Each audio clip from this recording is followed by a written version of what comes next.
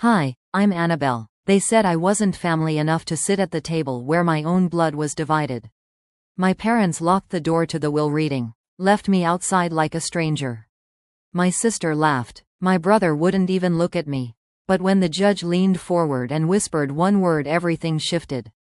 What did he see in me they tried so hard to erase? The morning the letter came, I just poured myself a cup of coffee. The clouds hung low over Southside like they didn't want to move, thick, gray, watching. I sat by the window with that letter in my lap, unopened, but already knowing. My name wasn't on the list. They didn't want me there. My hands rested on the envelope for a long time before I tore it open. It was from the family attorney. I didn't need to read past the second sentence. Per the request of your children, it has been decided that your presence at the will reading may be too emotionally disruptive. Too emotionally disruptive. That's what I'd become now. I held that letter like it was glass. Couldn't cry, wouldn't let myself. I just stared out at the street and thought, this is how they erase you, softly, with a smile and a signature. I remembered when James was dying, his breath shallow, his hands still calloused from years at the mill. We had whispered through tears, promising to keep the family together. Promising not to let this happen. But grief, I learned, doesn't make people gentler. It makes them grab for power. Sometimes silence is mistaken for weakness, but I was never weak, just tired. Octavia had always been the loudest. Smart, no doubt, but cold. She walked into that hospital room like she owned it and never left. Even as I stood at James's side, she took the clipboard, talked to doctors, made decisions. My presence was tolerated, not invited. Back then, I let it go. Told myself she was just grieving in her own way. But I should have known. Some folks don't grieve, they plan. I stood up and wandered through the house. The air smelled like lemon polish and old wood. On the mantel sat a photo of us, our first house, all 5 kids smiling in front, James standing behind me, arms around my shoulders. That was the house we built together with sweat and no sleep. Now, they had turned it into a memory I had to ask permission to visit. I picked up the phone and called the lawyer's office. His voice was stiff, like someone squeezing his throat. Mrs. Whitmore, he said, look, I'm just the messenger here. So deliver the message, I told him. He cleared his throat. The family, your children, I mean, they felt it might be too hard on you. You know, emotionally. They agreed on that? Yes, ma'am. They think it's best. Best for who? I didn't ask, didn't need to. I thanked him like a good Southern woman would, even though I was born and raised in Chicago. Then I hung up and stood there, letting the silence crawl up my spine. They think I won't show up because I'm old. They forget whose name built that house. There was a knock at the door just as I was folding the letter back into its envelope. I opened it to find Mrs. Lorraine, my neighbor from down the block. She clutched a plastic container, banana pudding, probably, and looked like she'd practiced her face before ringing my bell. Annabelle, hey baby, she said, stepping inside before I could say no. I forced a smile. Come on in, Lorraine. She sat down slow, like guilt was sitting on her back. I heard from Octavia. Said you wasn't going today. Said you weren't invited. The pudding sat untouched between us. I poured her tea, my hands trembling just enough to make the cup clink against the saucer. Lorraine looked around the room, tried to fill the silence. You know how these kids get. They think they know everything. Sometimes your own blood can turn cold, honey. I smiled like I believed her. Like I didn't feel the heat crawling up my throat. This wasn't about emotion. This was about control. I nodded slowly. You want sugar with your tea? She blinked, taken off guard by my calm. No, baby. I'm fine. We sipped and talked about nothing. After she left, I sat alone with the weight of humiliation heavy on my chest. I wasn't just excluded, I was exposed. The whole neighborhood would know by sundown. Poor Annabelle. Can't even attend her husband's will reading. But there's something about shame, it doesn't sit still. It either crushes you, or it sharpens you. I opened the drawer by the couch and pulled out an old handkerchief, one James had given me before we got married. Worthy, it said in faded embroidery. I held it tight. That night, I pulled out my black dress, the one with the tiny pearl buttons, and laid it across the bed. I found James's wedding ring, still in the velvet box where I'd kept it after the funeral. I slipped it on my finger. Then I folded the handkerchief and placed it in my purse. They can ban me from their table, but not from my own name. In the mirror, I saw myself not as a mother, but as a woman who'd cooked meals, paid bills, prayed over sick kids, and held her man's hand when the world gave him nothing but trouble. I slipped on my coat, buttoned it tight, and opened the front door. The wind hit my face, cold and clean. I took one breath, then another. Let them see me walk in. The morning air sliced through my coat like it had a mind of its own. Winter didn't care if you were hurting. And I wasn't about to let it know I was. I wrapped the scarf tight around my neck, grabbed my cane, and stepped out the front door with purpose in my spine. The courthouse loomed a few blocks down, gray against gray skies. My heels clicked steady against the pavement. Tap, tap, tap, the kind of sound that makes folks turn around not because it's loud, but because it's deliberate. I saw them out the corner of my eye, strangers on the sidewalk, a man adjusting his phone camera, a woman whispering behind a gloved hand. Ain't that her, the mother they banned? I kept walking, didn't blink, didn't flinch. The cold marble steps met me slow as I climbed. I wasn't rushing. Let them watch, let them whisper. I adjusted my collar, feeling the ring on my finger, James's ring. Still cold, still mine. They forget who taught them how to stand tall, I thought. I was the lesson they tried to rewrite. Behind me, I heard engines purr. Octavia's crew had arrived. Black SUVs, polished clean. Lawyers in long coats. Flashbulbs popping. My children looked like they'd stepped out of a fashion catalog. Octavia in fur-lined sleeves, lips painted grief red. Her brothers trailing behind, wearing indifference like it was tailored. They didn't look my way. Not once. Octavia leaned in close to her attorney and wiped a tear that hadn't fallen yet. Someone said, "She's such a good daughter." I just exhaled, soft, steady, almost a laugh. Inside the courthouse, warmth didn't reach me. The stone walls echoed back every footstep. My children moved ahead, surrounded by their circle. I followed in silence, no one by my side. The courtroom doors creaked open.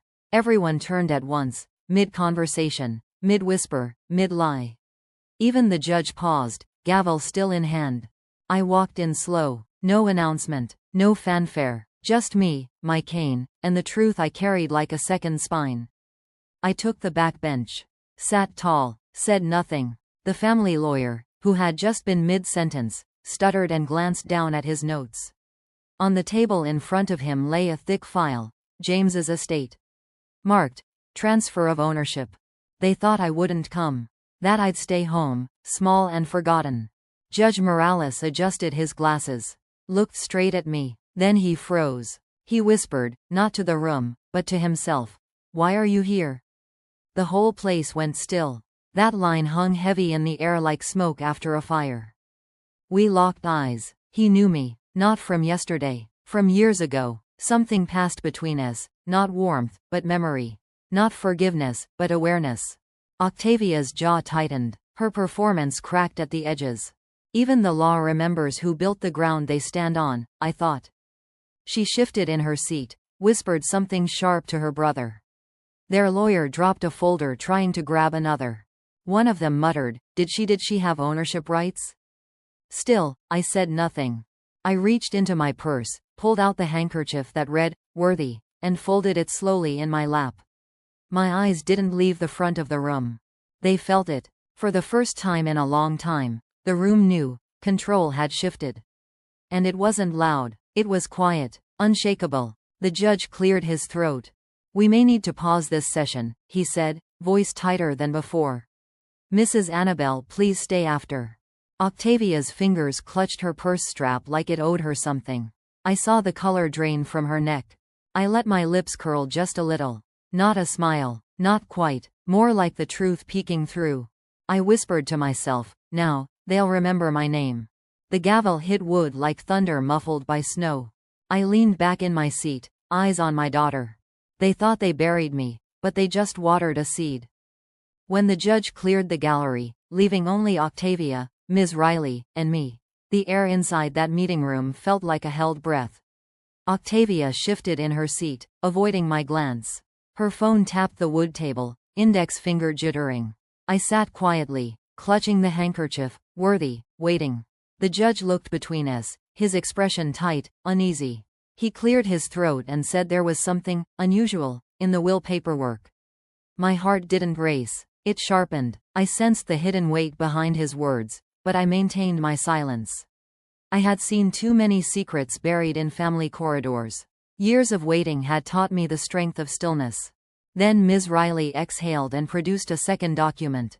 The room grew smaller. She admitted, voice trembling, that an ownership transfer agreement had surfaced, signed years ago.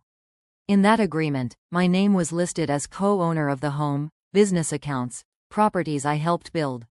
Octavia gasped sharply. Her composure cracked. She said I must be mistaken. Memory fails old age. The judge cut her off and asked me if I remembered signing papers years ago. My gaze narrowed. I recalled a cold evening in our kitchen when James had asked me to sign something, for tax cleanup, his voice soft. No explanation. Blind trust had made me compliant. Now I realized I had signed more than a form. I had signed away my voice. The document's pages stared at me, imprinting betrayal. Flashback. 15 years earlier, the kitchen lights were low, the children asleep upstairs. I sat at the table, pen hovering over paper. James spoke gently. This is just for the future, pumpkin. I believed him. Signed without hesitation, no questions asked, loving him enough to trust. In silence I pressed the ink, feeling nothing but devotion. Back in the room, I blinked hard. Tears didn't fall, but anger formed behind them. I murmured, I signed my own erasure. My voice was quiet, brittle. The judge, flipping pages, paused. He pointed to mismatches. Signature date didn't align with the notary stamp. Someone altered it after the fact, to make it look like I gave up rights willingly. Octavia's face drained. Her lawyer stuttered in protest, but the judge silenced him. I absorbed the betrayal, drawing strength in my shock. Octavia stood, voice rising. I only did this to protect the estate for your children. Her words hung unconvincing. I stood too, calm but fierce. You protected yourself, not his legacy. Cold air filled the room. The siblings, the lawyer, the judge, all backed off. The judge paused the hearing, telling both sides to bring full documentation tomorrow. I packed my purse slowly. I refused to look Octavia in the eyes. The room pulsed with unspoken truths. Outside, snow began to fall softly. I paused by my car, horizon blurred. The windows held my reflection. My phone buzzed. You don't know the whole truth about that night. My fist tightened around the phone. Fear and new resolve churned inside me. If they altered my past once, what else did they hide? My lips parted in a whisper. Tomorrow, I won't come to listen, I'll come to speak. The courtroom felt different when I walked back in. Not colder, not louder, just tighter. Tighter, like a room where everybody knows something's about to break but ain't saying it out loud. I could hear whispers stretch across the gallery as I passed. That's her again. I thought she was banned. What's she doing back? I didn't flinch. My steps were slow, steady. My purse hanging from my arm, handkerchief barely peeking out. I saw Octavia sitting stiff, not even pretending to be relaxed now. Her legal team was scrambling through papers like they'd lost the script. I looked at the judge. He looked back, and paused. That pause said more than any welcome. A nod from me, a nod back from him. He remembered. Judge Rubin leaned forward and said, I did not expect to see you here today. It was almost a whisper, but it landed hard. He blinked at my nameplate, then at his notes. I caught the flicker. Recognition, respect, something deeper. It rattled Octavia. She glanced at her lawyer, who pretended not to notice. Her confidence, the one she wore like perfume, started to fade. I heard my own thoughts whisper, you once called me mentor, not memory. The judge didn't waste time. He asked Octavia's lawyer to produce all original, unaltered documents backing their claim. The room quieted. Even the ceiling fans seemed to stop humming. I didn't move, just sat, letting their noise fall away. Vindication don't always need an announcement, it's in the silence. Then, I reached into my purse. I pulled out the handkerchief. Worthy, still folded the way I'd kept it all these years. Placed it on the table. Let the courtroom lights catch the thread. A hush followed. Octavia rolled her eyes, scoffing. That's irrelevant, she snapped. It's emotional, has no legal weight. Her lawyer nodded eagerly, like a boy clinging to a lifeboat. But I looked right at the judge and said, this was part of his legacy. Your father gave this to the one he trusted to carry his name forward. The courtroom stirred. I saw heads tilt, eyebrows rise. The judge leaned in, not to the cloth, but to me. You could feel the shift. That small cloth spoke louder than any shouting. It told them who had truly built something, who had been erased. Octavia's lawyer got louder then. Heirlooms don't override legal documentation, she barked. I didn't raise my voice. I just said, and documents are just ink and paper, written by someone. Changed by someone. But legacy? Legacy don't lie. The judge looked at me long. Then he nodded. He granted a recess, said they needed to verify financial records, deeds, tax filings. Octavia's mouth went flat. She glanced at her brothers. None of them met her eyes. I sat back in my chair, fingers resting lightly on the cloth. Calm on the outside, but inside, I was sharpening. I wasn't just reacting anymore. I was remembering. Every detail, every moment they thought I'd forget. Strategy lives where memory grows. A clerk came over to me as the room began to empty. Quiet, respectful, handed me an envelope, old paper, yellowed edges. My name, handwritten across it. Beneath it, Property Trust 1985. I held it in my palm like it was glass. My fingers trembled. I hadn't seen this in decades. Didn't even know it still existed. I whispered to myself, I never thought I'd hold this again. Slipping the envelope into my folder, I looked up. Octavia was standing at the other end of the room, pretending to talk to someone, but her eyes were locked on mine.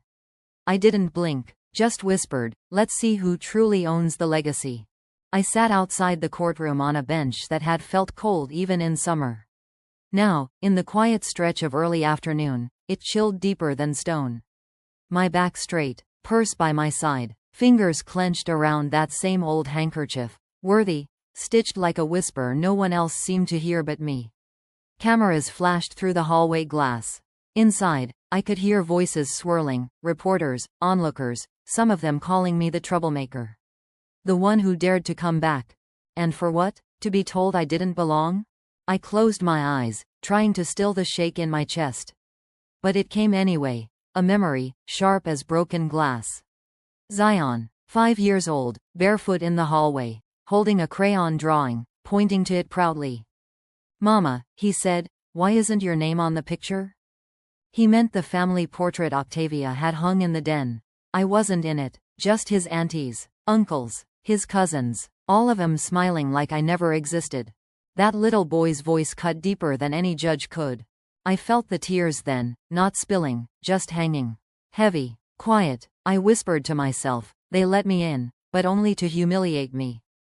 But still, I was his mama, first and always, and I wasn't going to vanish just because they tried to write me out. And then I heard his steps before I saw him. Zion, older now, still had those big eyes that made you tell the truth. He walked up slow, sat beside me, didn't speak at first. Then he asked, Mama, why isn't your name on the picture in the courthouse hallway? Lord, I wasn't ready. I blinked, looked straight ahead, my jaw tightened. I wanted to give him the grown folk answer. Legal this, estate that. But instead, I just said, because some stories hide their truth. He nodded once, slow, like he understood more than I wanted him to. I didn't know what hurt more, being erased or explaining why. After he left, I stayed seated, hands still tight. And the question came. Was it even worth it? This whole thing. The fight, the lawyers, the stares. I could walk out now. Let them keep the house, the money, the photos, the lies. But then I thought of all those birthdays I cooked for, alone in that kitchen. All those phone bills I paid when they said they couldn't afford it. The nights I sat by my husband's side while he planned their future, our future, and told me, they won't know it yet, but one day, they'll thank you for standing in the background. But they never thanked me. They took the background and painted me out of it. Was this battle worth losing my children? I took a breath, deep. And the answer came steady. Silence ain't safe anymore. That's when I sent word for Dolores and Eloise. We met in a side room off the hall. Small, windowless, but the kind of place where truths don't echo. Dolores pulled a folded letter from her coat pocket. Been holding this since '86, she said. Didn't think it'd matter again. I opened it. There it was. My name. Clear. Right under my husband's signature. Property trust. My name hadn't just been forgotten. It had been buried. Then Eloise opened her notebook. A ledger. Column after column. Payments made in my name. Insurance. Taxes. Quiet contributions. She pointed. Octavia tried to erase all these.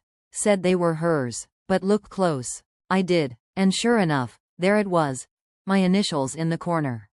Faint, but mine. I sat back, closed my eyes, and I heard his voice again. True ownership lives in faith, not signatures. He told me that once. One of those nights the kids were all asleep, and it was just us in the kitchen, talking like folks do when they forget time. I opened my eyes, felt the edge of resolve settle over me. I gathered the letter, the ledger, the cloth, placed them all neatly back in my purse. Then I stood, walked to the doorway, looked down the hall toward the courtroom again. I didn't feel scared. I didn't feel angry. I just felt ready. This wasn't about asking anymore. This was about claiming. I thought of Zion again. Those eyes. That question. I whispered, I will speak tomorrow. Not to ask, but to claim. Then I stepped forward, fingers tightening around the folder. Truth resting heavy in my hands. The courtroom reconvened with the buzz of quiet conversations echoing off stone walls. I sat beside Dolores and Eloise, sharing cautious glances.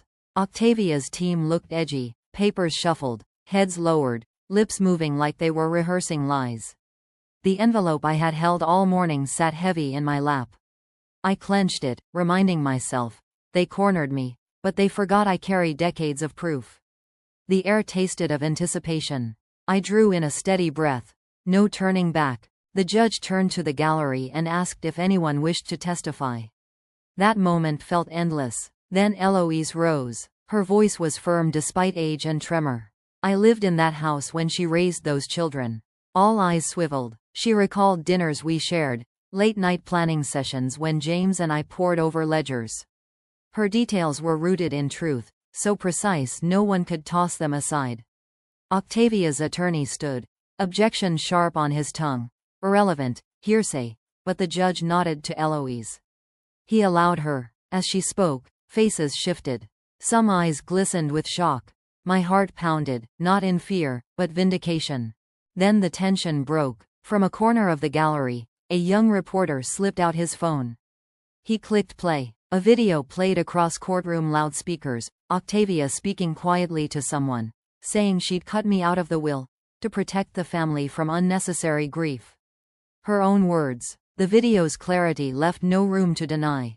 Gasps filled the room. Octavia's face drained of color, lips pressed tight. The courtroom snapped to focus. I stayed seated. In a calm voice, I said, "You were the one who spoke first." The tempo shifted, like the wind changing in a storm. I felt triumph rise inside like steel. Octavia's team scrambled. Lawyers demanded the video be dismissed, called it taken out of context. Dolores nodded to confirm its authenticity, tone, phrasing, her voice matching the one in private conversations I'd heard over the years. I rose, turning to Octavia. "You just exposed your own heart's plan," I said quietly. She shook her head, tried to compose a rebuttal, but the guilt showed first. The judge called a recess. He'd review statements, the tape, affidavits. The courtroom erupted into whispers. I stepped down into the hallway. Evidence in hand, video file, ledger, trust extracts, every scrap I and my friends had gathered. Outside, the hall seemed colder. I flipped through the items. Each page affirmed what I already knew. This was more than a fight over property. It was a fight for truth. I said softly, "When your voice is silenced, your story does the speaking." And mine just found its voice again. I straightened my coat and walked toward the doors. Heart steady. "Ready," I whispered, "let's finish what was begun." Courtroom settled back into its rhythm. The judge looked toward me first, then paused. as though remembering something beyond today. Octavia sat rigid, her counsel shifting behind her. My purse rested on my lap, folded inside it the handkerchief, worthy, and the envelope I received during recess. My heart felt steady even as thoughts churned. They own this room, I thought. But this room was built on what I stood for. Afternoon light filtered through stained glass windows, casting stripes across the floor, and shadows danced on faces. I watched, ready. Judge Rubin cleared his throat. He spoke, slow. I have known Mrs. Toussaint longer than this case. A ripple moved across the benches. He continued, we owe fairness to someone who built more than this courtroom. His words landed. Octavia's jaw tightened. I felt strength gather, solid, in silence. I stood, lifting the handkerchief from my lap. My fingers held it steady as I unfolded it. The embroidery, worthy, glowed under the lights. Then I slid the envelope next, letting documents spill out. Title papers, trust records, ledger pages. They lay beside the cloth. Gasps echoed. Octavia flinched. Her lawyer's lips parted. The judge leaned in, eyes narrowing, comparing ink strokes, signatures, stitching. I said, voice firm, this isn't sentiment. It's evidence. The room vibrated. Her lawyer leapt. This proof is circumstantial and sentimental. He pounded the table. I stood my ground. Sentiment becomes fact when life was lived in service, not in erasure. The judge nodded. He permitted the documents. He ordered Octavia's side to respond. Octavia rose, rage flickering behind her eyes. She tried, I only wanted to protect our legacy, voice strained. I replied, calm, you protected your pocket, not your father's name. The court fell quiet around us. Then the clerk moved forward. Under the judge's instruction, he retrieved a sealed file stamped, Original Trust, signed, from the vault. Hands trembling, he placed it before us. Octavia's eyes widened, color draining. I realized in that moment, that file was the final key. If it was genuine, the war would end right here. My heart thundered, hope mingled with fear. On silent breath I thought, that vault holds the truth they buried. Now it's time to unearth it. The clerk slid the file across the table. My gaze locked on Octavia's, who stood frozen. I whispered low, open it. The air in that courtroom was thicker than anything I'd felt before. Heavy, like the walls themselves were holding their breath.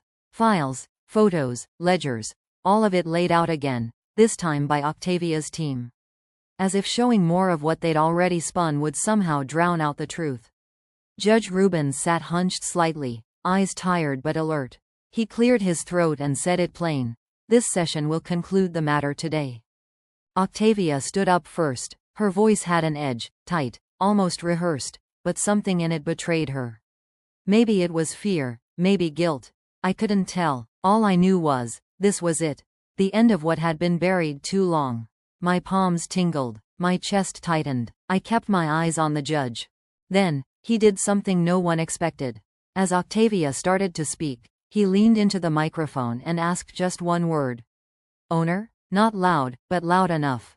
Everyone heard it. Silence broke into gasps and whispers. His eyes moved to me. Octavia froze. Her lips parted, but no sound followed. She looked at him, then at me. That one word turned the whole room upside down. It wasn't just a question. It was a reckoning. I sat taller in my seat.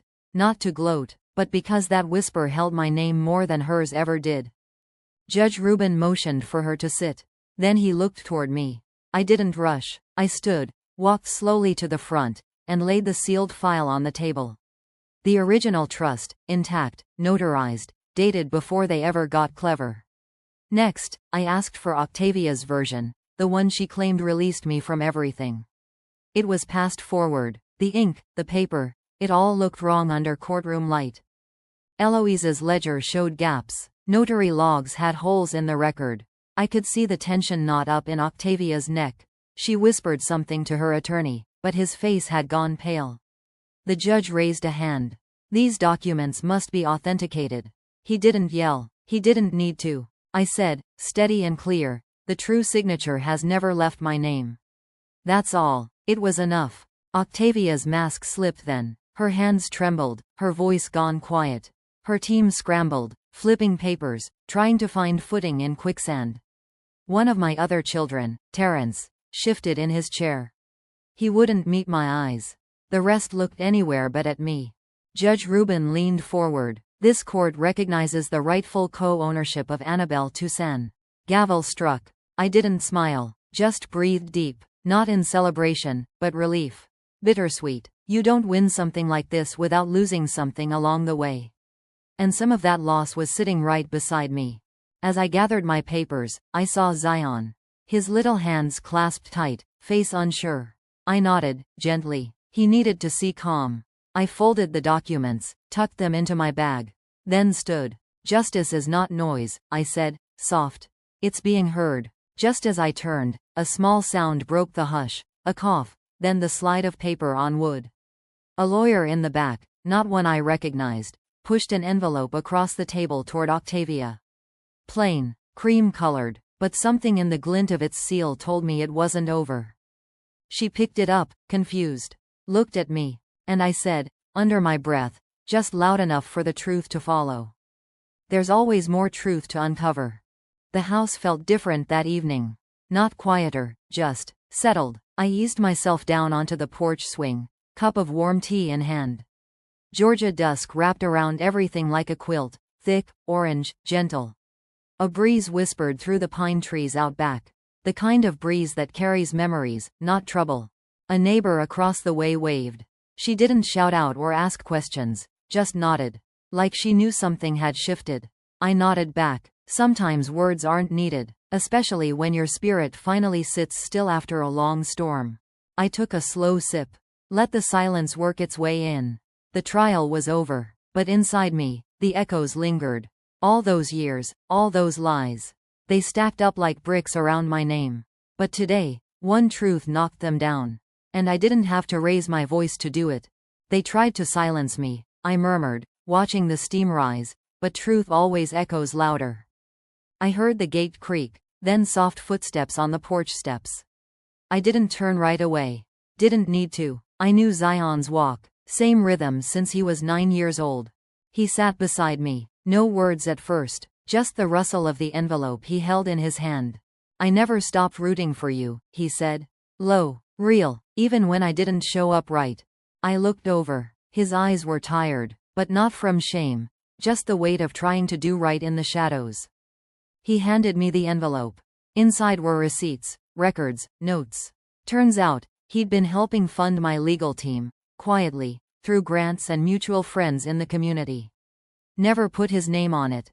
Never asked for thanks. Tears didn't fall, they just welled up, held in place by something stronger than sadness. You always were my seed, I told him, barely above a whisper. Strong even when buried. He chuckled, wiped his face. We didn't hug. We didn't need to. Sometimes, peace just sits between two people. No ceremony. The next morning, Reverend Clayton came by. Invited me to speak at Sunday's service. Said it was time to honor resilience. At first, I hesitated. I wasn't used to standing in front of folks without a court transcript in hand. But then I thought, maybe it's time. That Sunday, I stood before that congregation. Not as a victim, not as a plaintiff, just as me. I told the women, don't let silence be your inheritance. I told the children, your voice ain't just for singing, it's for surviving. And the elders? They nodded. They knew. Later that night, back home, I pulled out my old journal. Dusty but waiting. I wrote, Dear me, you did good. You didn't lose you, even when they tried to erase you. I folded the note and tucked it into the photo album next to Mama's picture. I didn't forgive Octavia. That's her road to walk. But I let go of the part that kept trying to make her sorry. Sometimes, healing ain't about apologies. It's about finally choosing yourself. A few days passed. I kept up my garden. Cooked dinner for myself like I always had. Then, one afternoon, the mail came. Regular like any other day. But this time, there was a formal envelope. Gold seal. Thick paper. It was an invitation to speak on a national panel.